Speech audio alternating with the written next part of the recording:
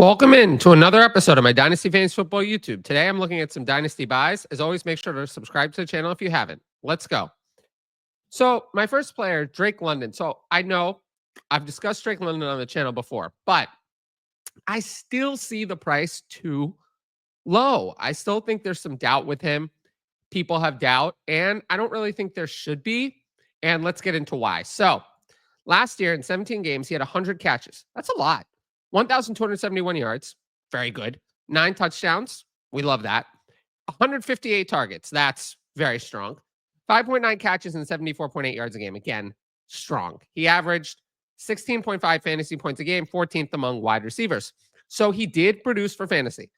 It's not like other players where you're talking about the volume is there, but the fantasy points weren't. Drake London before this year.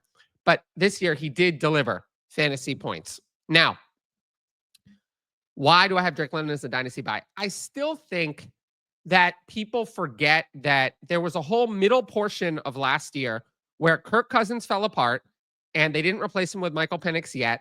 And London kind of struggled in that period of time.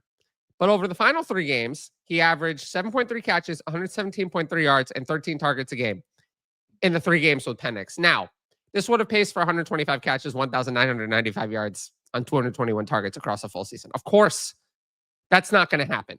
But London was really good in the beginning of the season with Cousins. He was really good to elite at the end with Penix, which is what we're getting next year. Now, London had a 29.1% target share last year, 6th among wide receivers. 30.3% target rate, 3rd among wide receivers. So he was targeted significantly when he was out there. And then, of course, 2.5 yards per route run, 10th among wide receivers. So we go through these metrics kind of to talk about target share. Targets are earned. He is earning targets. Target rate. When you are out there, how often do you get targeted? That's also good. And yards per route run is kind of a measure of what you do with your time on the field. Are you efficient? He checks all 3 boxes. Now, the Falcons don't seem interested in targeting wide receiver in the 2025 NFL draft. Now, they may draft the wide receiver. It's not going to be a round 1 wide receiver.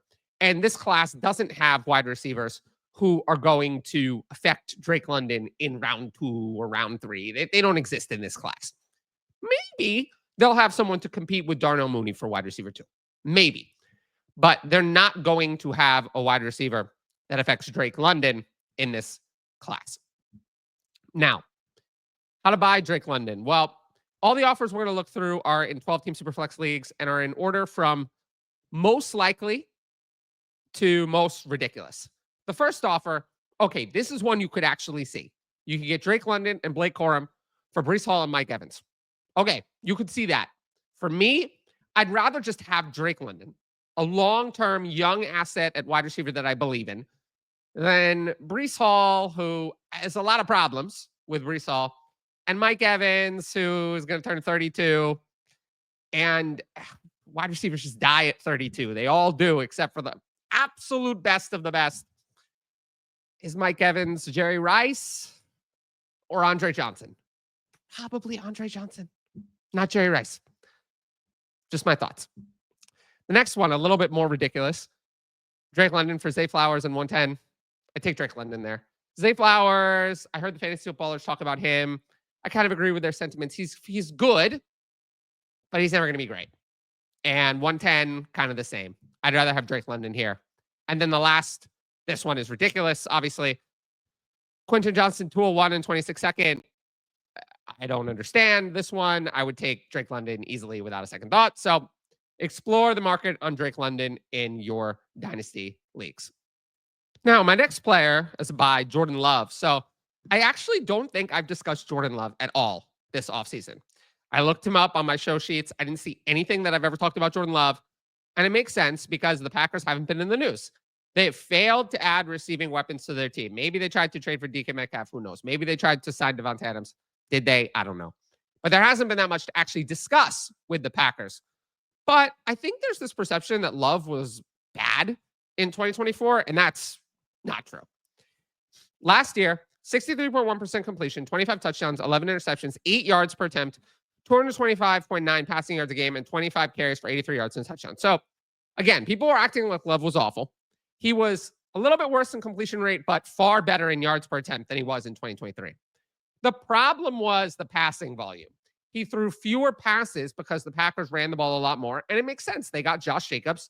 The running game did improve. So saying that Love was a bad quarterback in 2024 is flat out false. He played well, but the problem was more for fantasy than for real life. There was less running because he had that injury. He basically didn't run at all.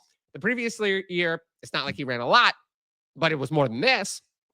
And then the volume coming down because of a stronger running game. And for those reasons, Love averaged 15.6 fantasy points a game, 17th among quarterbacks. So he wasn't great for fantasy. Now, it was the same points as Geno Smith.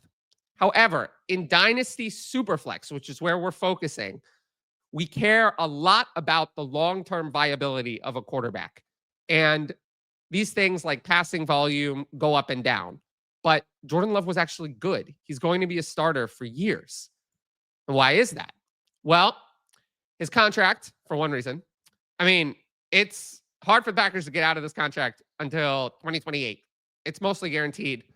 It's got low cap hits, loaded with guarantees through 2027. In 2028, they can get out of it. But that's 3 years. The Packers see him as their franchise quarterback. There's no doubt. There's no replacing Jordan Love. He was been good.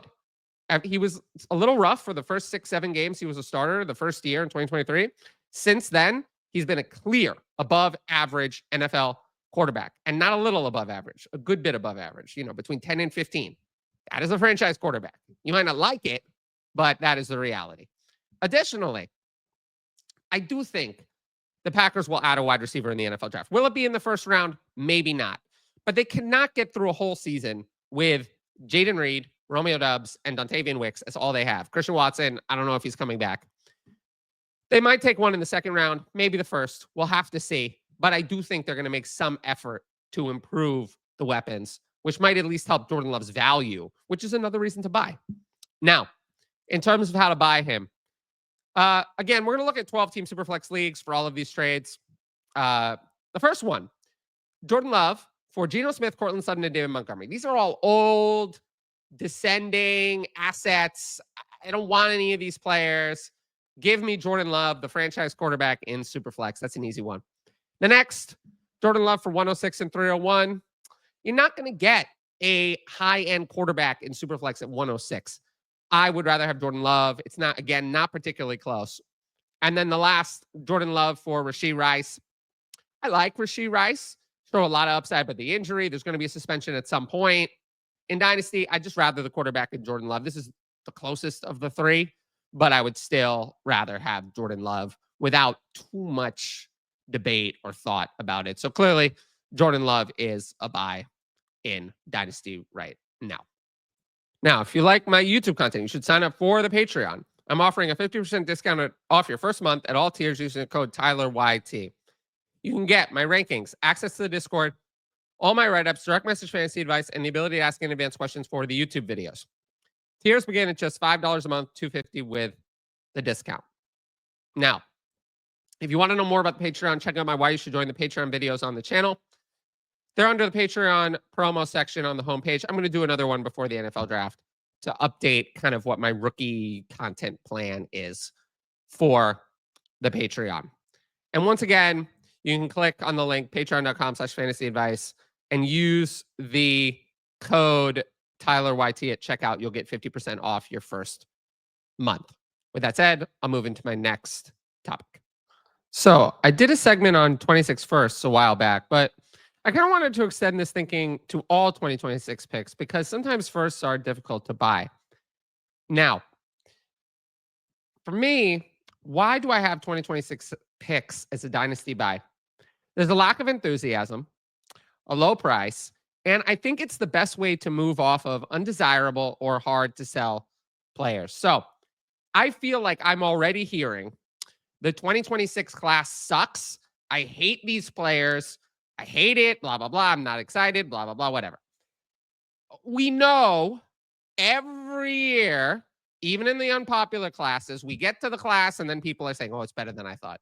Oh, now I'm actually excited for the class. Oh, well, yada, yada, yada. Now, people I think are already looking ahead to the 2027 class. Typically, I would have the 2 years ahead class as the buy. That's the undervalued asset because people just throw those picks away. This year, not so much. 2026 and 2027 picks are trading like almost at equal value. If they're trading almost at equal value, I'd rather have the picks a year ahead than 2 years from now. It doesn't make any sense to have picks 2 years from now that you have to wait for ahead of the picks 1 year from now. So that's why we're talking about 2026 and not 2027. Now, how do you buy them? Now, I will say one thing I'm not talking about, and I might talk about this in a video post draft, but I'm not talking about trading picks for future picks directly. I find that you get the best value for that on the clock, not doing it in advance. Now, if you can trade the 203 for a 26 first, I do that. But typically those trades mostly occur on the clock, not in advance. So all of these are going to be player trades, and they're all 12-team Superflex. So here's 4 that I saw. The first, if you trade Tyreek Hill for a 26 first, I do it. Tyreek Hill's never going to be worth more. He's 31. It's not going to be worth more. If this is what it takes to get off of the asset of Tyreek Hill, I would do it. Likewise, Christian McCaffrey. If you're looking to move in a rebuild direction, 26 first for Christian McCaffrey, I'd do it. I'd rather get a pick in this year, but what if you can't? What if you can't do it? I'd rather do this over not trading Christian McCaffrey. Then a couple of trades for seconds. 26 second for Braylon Allen. That was in there. The Dynasty trade database. I'd do that. Braylon Allen to me is okay, but I'm not even sure he's better than Isaiah Davis. I'm not, it's another thing. People are going to say, well, you're low on Breece Hall, so you must be high on Braylon Allen. It doesn't work that way. It doesn't work that way. I can be low on both Breece Hall and Braylon Allen. And then the last 26 second for Jordan Mason. I don't know. I'm just not that high on Jordan Mason. Doesn't contribute in the passing game. I take a 26 second over him pretty easily. And yeah, it's just another one you can do. Probably the most fair of the 4.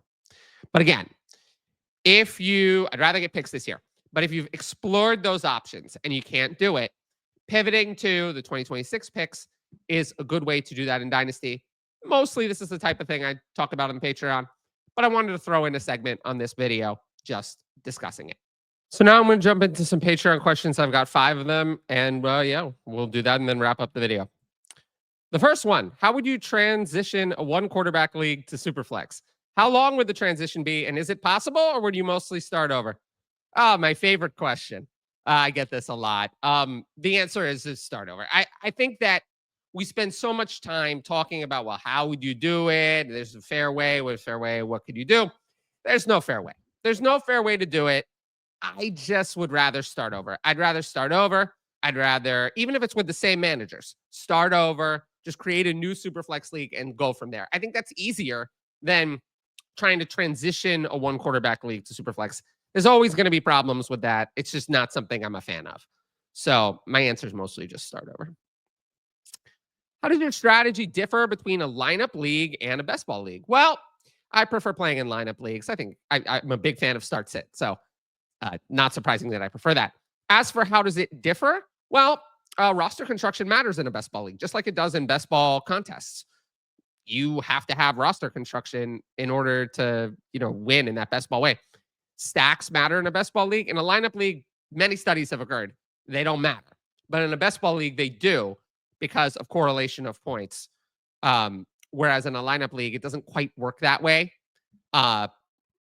So, yeah, stacks matter in best ball, but we know that. Yeah, it's really just stacks, roster construction. And in best ball, a little bit more of a bias towards wide receivers because you get that wide receiver spike and you get them in your lineup. Whereas in a lineup league, you have to get the start sit right to get the points. So in a best ball league, having more wide receivers is more okay. Whereas in a lineup league, it doesn't do as much for you. There's a lot of roster cloggers.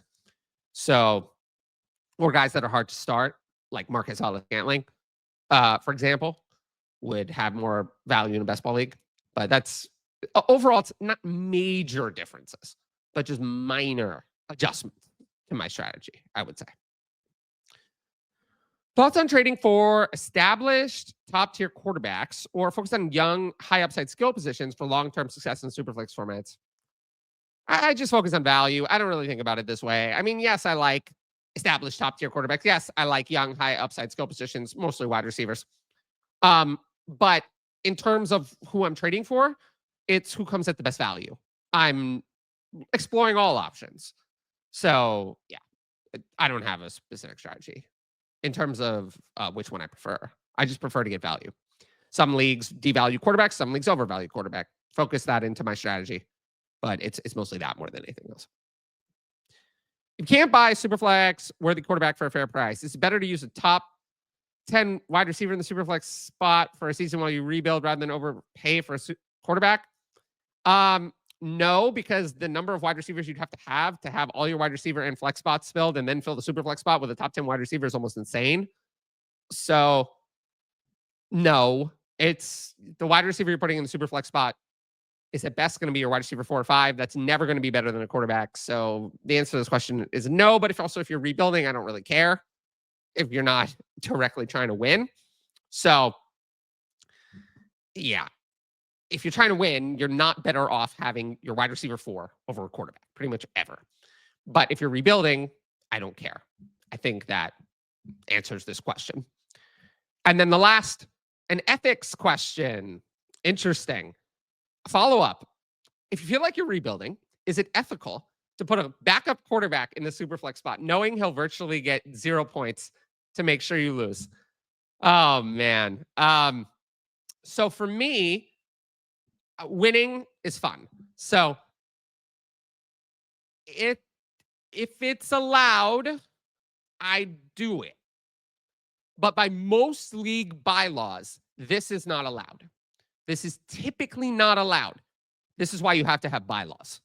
Most bylaws, I think in Superflex leagues, should say something along the lines of, if you have a quarterback who is starting, you cannot play a backup over that player. Most bylaws do have that in there. This would be a violation of most bylaws. So if it's in the bylaws, that means you can't do it. If it's not in the bylaws, then you can do it because it's legal. You're putting in a player who is active. They're not inactive. They're not on IR. So it's legal. You're probably going to get some heat from your league mates, but it's legal. But again, for me, I would not want this to be legal in my bylaws. And again, this is an argument for just using potential points, which I used to be against, but now I'm for. These questions become irrelevant. If you're using potential points, doesn't matter. The draft order is going to be decided by your team. It's not going to matter who you put in the lineup. So for me, using potential points eliminates these types of problems from your league. Now, if you like the video, make sure to support the channel by subscribing. And don't forget to hit that notifications bell so you can be notified about all my exciting content as it drops. Of course, if you want my best fantasy football advice, it's available on the Patreon. Dynasty content year-round. There's a 50% discount at all tiers using the code TylerYT. You can click on the link. Oh, I don't know what happened there. Click on the link in the top right corner, patreon.com/fantasyadvice to check all of that out. And the code is written out in the comments below. But every sign up helps support my independent content. But once again, thanks for watching, and I'll see you all later.